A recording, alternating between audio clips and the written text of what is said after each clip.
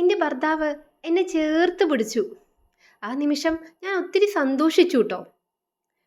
കാരണം ഞങ്ങളുടെ കൊഴിഞ്ഞുപോയ നിമിഷങ്ങൾ വീണ്ടും വരികയാണെന്ന് ഞാൻ ചിന്തിച്ച് എന്നെ തന്നെ മറന്നു ഞാൻ.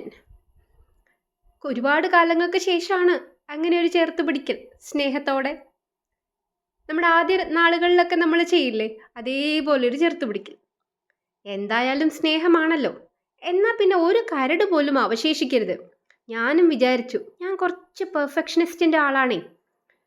അപ്പം ഞാൻ ഭയങ്കര സ്നേഹത്തോടെ, ശരിക്കും സ്നേഹത്തോടെ തന്നെയാണ് കേട്ടോ, ഞാൻ ഭർത്താവിനോട് ചോദിച്ചു, അതെ, കുറച്ചു മുമ്പ് എന്നെ വഴക്ക് പറഞ്ഞിട്ടുണ്ടായിരുന്നില്ലേ? ആ വഴക്ക് പറഞ്ഞത് എന്തിനാ? ഞാനൊരു തെറ്റും ചെയ്തിട്ടുണ്ടായിരുന്നില്ലല്ലോ. നിങ്ങൾ ഓരോ തവണയും എന്നെ വഴക്ക് പറയുമ്പോഴേ എനിക്ക് ഒത്തിരി വിഷമമുണ്ട് കേട്ടോ.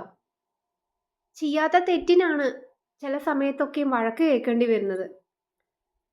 ക്രിട്ടിസൈസ് ചെയ്യപ്പെടുന്നതും ചെയ്യാത്ത ഓരോ കാര്യങ്ങളുടെ പേരിലാണ്.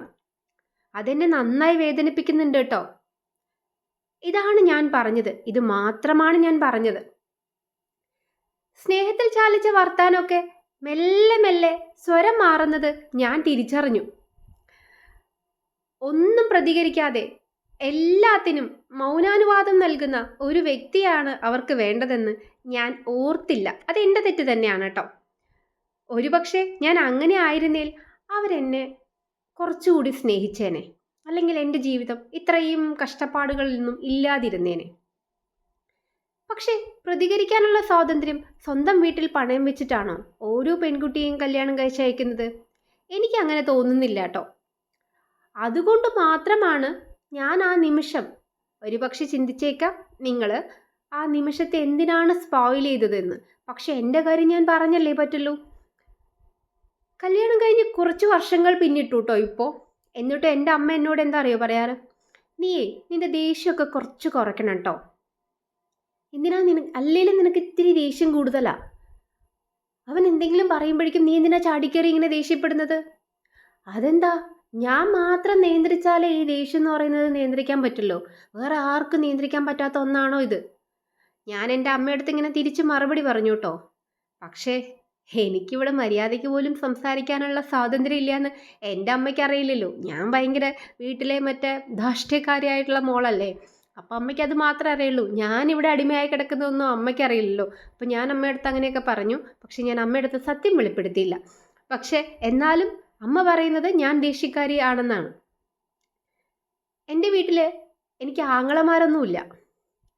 അതൊരു കണക്കിന് നന്നായെന്ന് ഇപ്പം ചിന്തിക്കുന്നു. ഒത്തിരി വിഷമിച്ചിട്ടുണ്ട്. ഒരു ബ്രദർക്ക് ഉണ്ടായിരുന്നാണെങ്കിൽ ഭയങ്കര സന്തോഷമായേനെ, നമ്മളെപ്പോഴും സപ്പോർട്ട് ചെയ്തേനെ. പക്ഷേ ഇപ്പം ആലോചിക്കുമ്പോൾ അതൊരു കണക്കിന് നന്നായി. കാരണം നമുക്ക് എപ്പോഴും അത് സ്വന്തം വീട് തന്നെ ആവുമല്ലോ. ഇനിയിപ്പോൾ അവർ കല്യാണം കഴിഞ്ഞ് അവരുടെ വീടായി മാറുമ്പോൾ നമുക്ക് എങ്ങനെ അങ്ങോട്ട് ധൈര്യത്തോടെ കയറി ചെല്ലാൻ പറ്റുക അല്ലേ? അപ്പോൾ ഞാൻ ചിന്തിച്ചു, ഞാൻ എവിടെയാണ് മാറ്റേണ്ടത്? എൻ്റെ ഭർത്താവിനെയാണോ ഞാനാണോ മാറേണ്ടത്? ഞാൻ എവിടെയാണ് മാറ്റം കൊണ്ടുവരേണ്ടത്?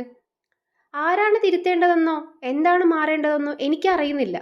പക്ഷെ ഒന്ന് മാത്രം അറിയാം, നിങ്ങൾക്കൊരു മകനുണ്ടോ എങ്കിൽ നിങ്ങൾക്ക് ചെയ്യാൻ ഒത്തിരി ഉത്തരവാദിത്തങ്ങളുണ്ട് കേട്ടോ. വരുന്നത് നിങ്ങളുടെ വയറ്റിൽ പറക്കാത്ത നിങ്ങളുടെ മകൾ തന്നെയാണ്. അവളെ സപ്പോർട്ട് ചെയ്യാം, അവളെ നമുക്ക് ചേർത്ത് പിടിക്കാം.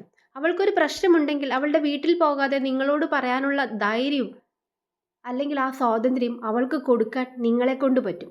അതിനായി പരിശ്രമിക്കാം.